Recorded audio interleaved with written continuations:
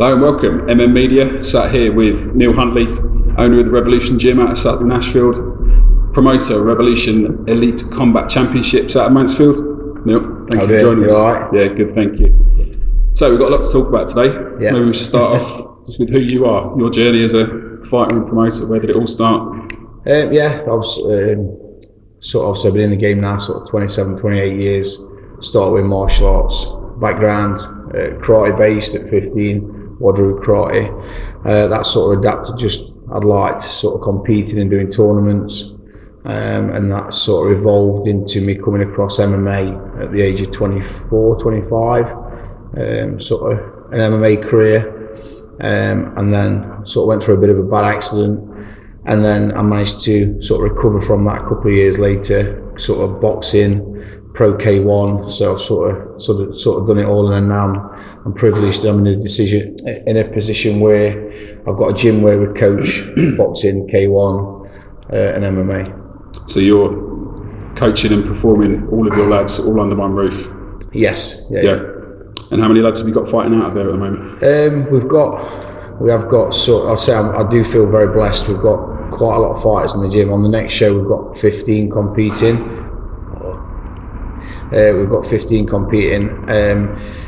I've looked into the sort of numbers. We've got around 22, 23 fighters that can virtually be active at most of the year round. So we've got some very, very good coaches in the gym as well. It's not just myself. We've got Tyrone Robinson. He's got he was on the GB squad for Taekwondo. He's got a good background in martial arts. Got call him Gabriel. He's a Hungarian ex-pro MMA fighter. He competed in China. He's been on massive shows all over the world. He's done Thais, like a fully qualified ninja in China. So he's brilliant with the juniors and also the adults. He coaches all the K1 with the adults. So we've got a lot of coaches in the gym that all sort of chip in and help out. Fantastic. So you mentioned juniors there. You've got a big junior program and we've got a little class schedule, etc. Yeah, we've got a little ninjas program that start from 4 years old and up to around 12, and then when they start progressing, we actually mix them then into with the adults. The ones we feel got potential and the ones that we know is going to compete, they sort of then mix into the adults class, and we've got like a sort of future squad aged between sort of 12 and 16, and they also bring each other on. So I've got some really good talent coming through. So it's a really good environment for everyone around the area to get involved in. Yeah, definitely. Okay, and that's Revolution Gym in Sutton Ashfield, yeah? Revolution Gym, Sutton Ashfield, yeah. Lovely. So you mentioned there that you've got experience all over the place in striking, grappling, MMA, etc. Yeah. Your promotion, Revolution Elite, puts all three of those together on one show in a cage, does it not? What was the genesis of that? We started out as ring warriors. I'm more striking based. The reason behind the striking based for myself is just through injuries. I've got a lot of injuries, sort of knees and elbows, and just operations I've had throughout my career. So it sort of restricts me regarding some of the coaching regarding the MMA and stuff. So that's why I bring other coaches in. So when I started the classes, because I had another business at the time. I started classes. People got wind that I was coaching, and more people just seemed to come and attract to the classes, and it was mainly sort of boxing and kickboxing, K1. And then all of a sudden some MMA guys come and we started to get bigger, so we had to adapt and put more classes on. Mm-hmm. So we started just with sort of boxing and K1. The show used to be called Ring Warriors. We used to do the shows in rings. Then as the MMA guys started to come to the gym, we noticed then we needed to put 3 or 4 MMA fights on. So we then had to hire a cage, we put a cage on, and then it just got bigger and bigger. So, but I didn't want to discriminate against the boxers and the K1, so I just kept all 3 on. So we have boxing, K1 and MMA fights all in the cage, and it just seems to work. We're selling out shows, the show's getting bigger, and we're progressing on each one. That's fantastic. How many shows have you done so far? We've done 10. So obviously after lockdown, we've come back and done a show. That was this 10th show, and as the 11th show is now booked for December. Okay, and you just keep getting bigger and bigger. Yeah, we sort of started with smaller venues, sort of Genesis Centre at Alfton, Civic Centre. So we were selling between sort of 300 and 400 tickets. which is normally a standard size show. And then we did one where we got a couple of good ticket sellers on, and we started pushing 600 tickets. So we then adapted to Mansfield Rugby Club because that was a bigger place. And then we started pushing sort of 700 and 800 tickets. So then we went to South Forest Leisure Complex, which is like a really large indoor bowling green. My friend Jamie Hemmings, who owns Superstar Speakers, he did a meet and greet with Tyson Fury there. He invited me along and said, "You need to do a show in this room, look." And there was like 1,000 people in this room. Right. And I just visioned the cage in the middle of the room, and I was like, I can do a show here. And then literally within sort of 5 months we arranged it and I pulled it off, and we did a show there, and I think we sold something like 800 tickets. That's a good crowd for like promotion. Yeah, very good crowd. So now obviously lockdowns are over. 2020 was very difficult. Yeah. You guys have just started back 4th of September. You had No Pain No Glory. Yeah. How was it putting your show back on in this new world? Stressful. I forgot, with having 2 years out, I forgot how much it took out of me physically and mentally, because I went through obviously the 2 years of lockdown. I was doing sort of, when we was allowed to do one-to-ones outside, I started doing a little bit of PTing outside and pad work with some of the fighters to try and keep them motivated. We tried some of the online stuff, but my body was used to probably doing 30 to 40 hours a week in the gym, sort of grappling, pad work. I forgot how hard it was on the body. So when the gym then opened back up and we managed to book a show and all the fighters were booking one-to-ones, physically it was hard on my body. So it started straining. Then obviously I've got the mental side to it, obviously planning the show, making sure we're sticking to all the restrictions because of COVID and stuff. But I was very blessed and lucky that all the lads came back into the gym. They was all eager to fight, and we managed to pull off another sellout, and we had over 900 people at the last show. 900 people, that's, brilliant coming back off of the layoff. I enjoyed the show. Notable, Louis Malatrap on there, did well. Yeah, Louis transitioning from a kickboxing background, sort of tries kickboxing. He's got a very sort of similar to sort of me. He can strike hard, his skill set's phenomenal, so he's got a very good martial arts background from being a kid with the kickboxing, but he's transitioning to K1. So obviously with the kickboxing it was kicks above the waist and point scoring. He's now transitioning to, he's only 15, low kicks, obviously full contact, knees are allowed, and this kid has got a lot of talent. One to watch out for. Definitely, 100%.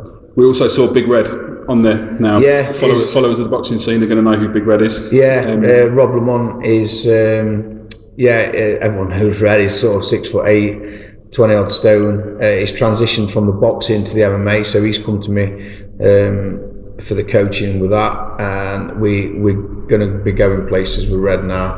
Penny's started to finally drop. He's smashing the 5-minute rounds. He's transitioning. His grappling's coming on. His striking's adapted because obviously it's a totally different stance from the boxing. So he's checking the kicks now, and he's just had his second pro MMA fight, and he knocked the guy out in less than 30 seconds with a left hook. so yeah, sounds good. What's next for him?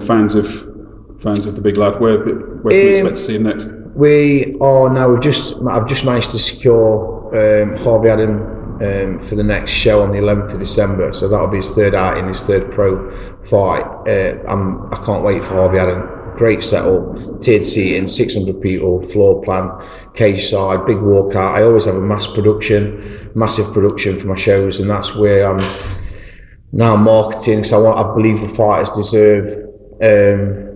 Obviously deserve the pay, and they deserve the recognition, the fact that we need to understand that these guys are putting their lives at risk. I feel like I was just sort of used sometimes as a cash cow, and we never sort of got what we deserved as a fighter. And they do deserve getting paid, they do deserve the big production, the photos, the videos, and we need to push these fighters as much as we can, because they've got a very short window of opportunity to make something out of this. And they could be left with lifelong injuries and stuff. They're risking their health to do something that they love and they're passionate about. Absolutely, it's good to hear. Also on that show we saw Brent Crawley coming back. Yeah, Brent, a lot of time for Brent. An absolute elite level striker, martial artist, fighter. Got a lot of time for Brent. He's come to the gym, wanted to work a little bit on the inside. So Brent come to me, started doing some pad work. He enjoyed it. We get on really well. He's had a 4-year layoff. He decided to try his hand at boxing, and he jumped straight into a 5-round title fight with Andy Merrills on the show that's just gone. We felt it was a bit of an early stoppage, but I mean, Andy Merrills is one tough kid, and he's got a rematch on the next show on the 11th of December with him, so he's going straight back in for the rematch with him. But yeah, elite level fighter, been around the fight scene for a long time. Cage Warriors, obviously trained with Dan Hardy, Jimmy Warlhead. He's been around for a while. Oh, that's awesome. So you mentioned a couple of times there, 11th of December. Yeah, Harvey Haddon. Next show. Yeah, it's got a lot of history there for Harvey Haddon for me. I did some tournaments there when I was 15 with the karate. I've also fought Pro K1 there on Ultimate Gladiators, Paul Daly's shows. So for me to see my show now on what I'm going to class as the big stage, because for me it's the next step up. I'm really looking forward to sort of showcasing now how far our show has come and where we was and where we're going. And I know what we can achieve. So you mentioned 2 fights on there already. Brent Crawley, Big Red, both appearing there? Yeah. Brent's obviously got a rematch with Andy Merrills. Whereas we got K1 debut, Cody Elliott. Cody Elliott, yeah, a lot same again. Cody's from Shire, a really big following, ticket seller. Is a martial artist. He's not scared to try his hand in a different avenue. So on the last show he fought MMA.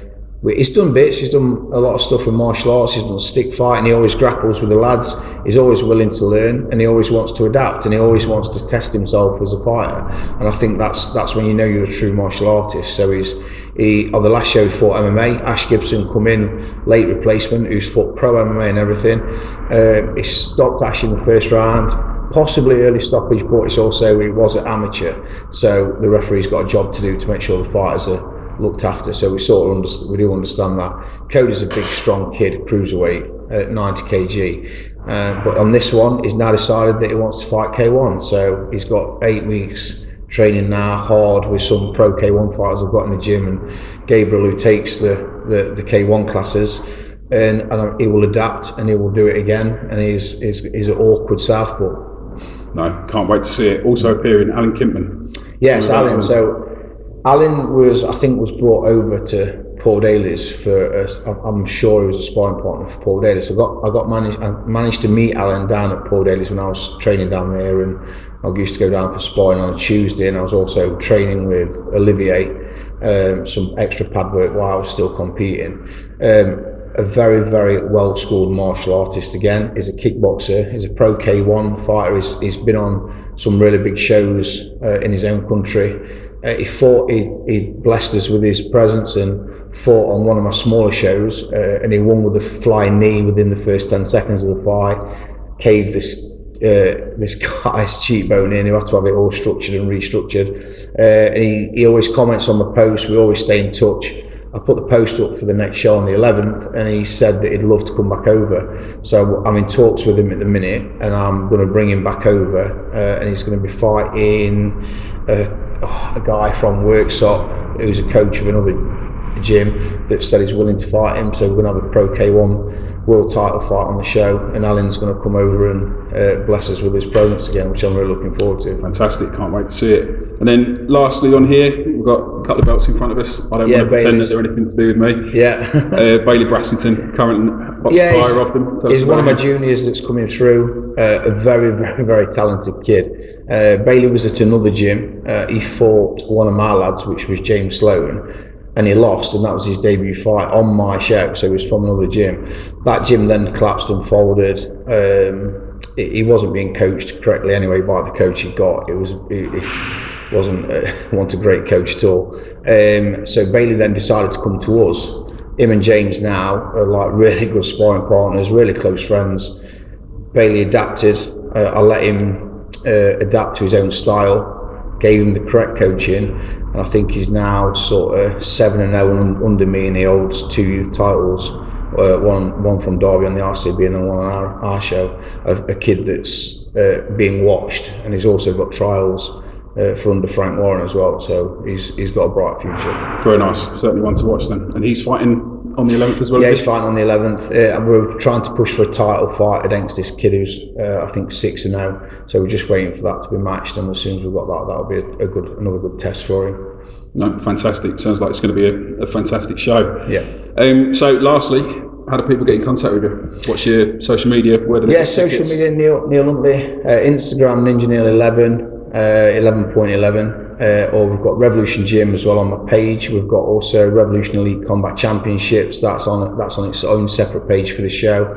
You can contact, all the details are on there, phone numbers are on there, all ticket details, gym timetables, everything on. If you look on the Revolution Gym page or the Revolution Elite Combat Championships page, or you just contact myself, direct Neil Huntley, and all the information's there on social media. It's obviously the best platform to advertise these fantastic days. And obviously anyone who enjoys fighting, your shows are always a spectacle. Yeah, it's just getting so much bigger. I'm lucky now, I'm in a position, because of the production, I spend a hell of a lot of money on production. We have big screens up, a massive stage, all the lasers, the lights, the smoke, they come out on a platform, and that's the recognition I deserve, fighters deserve, not just coming out through a curtain, a couple of disco lights on them, walk to the cage or the ring, and then they're done. So it's I'm trying to give them the best platform that they can have and what they deserve, and it's now attracting more fighters that are contacting me, asking me to fight on my show. So it's actually making my job a lot easier for the matchmaking.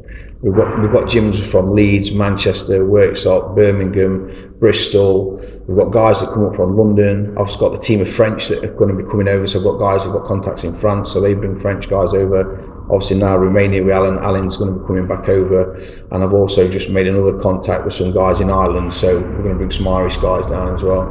No, fantastic. Well, I can't wait to see where your shows end up. Your last one was absolutely phenomenal. I'm sure this one's going to be great too. Yeah. So on behalf of MMA Sports, bro, thank you very much. Andy, thank you very much. Bro. Neil Huntley, go for him on social media, everybody. Cheers, guys. See you soon. Thank you. So.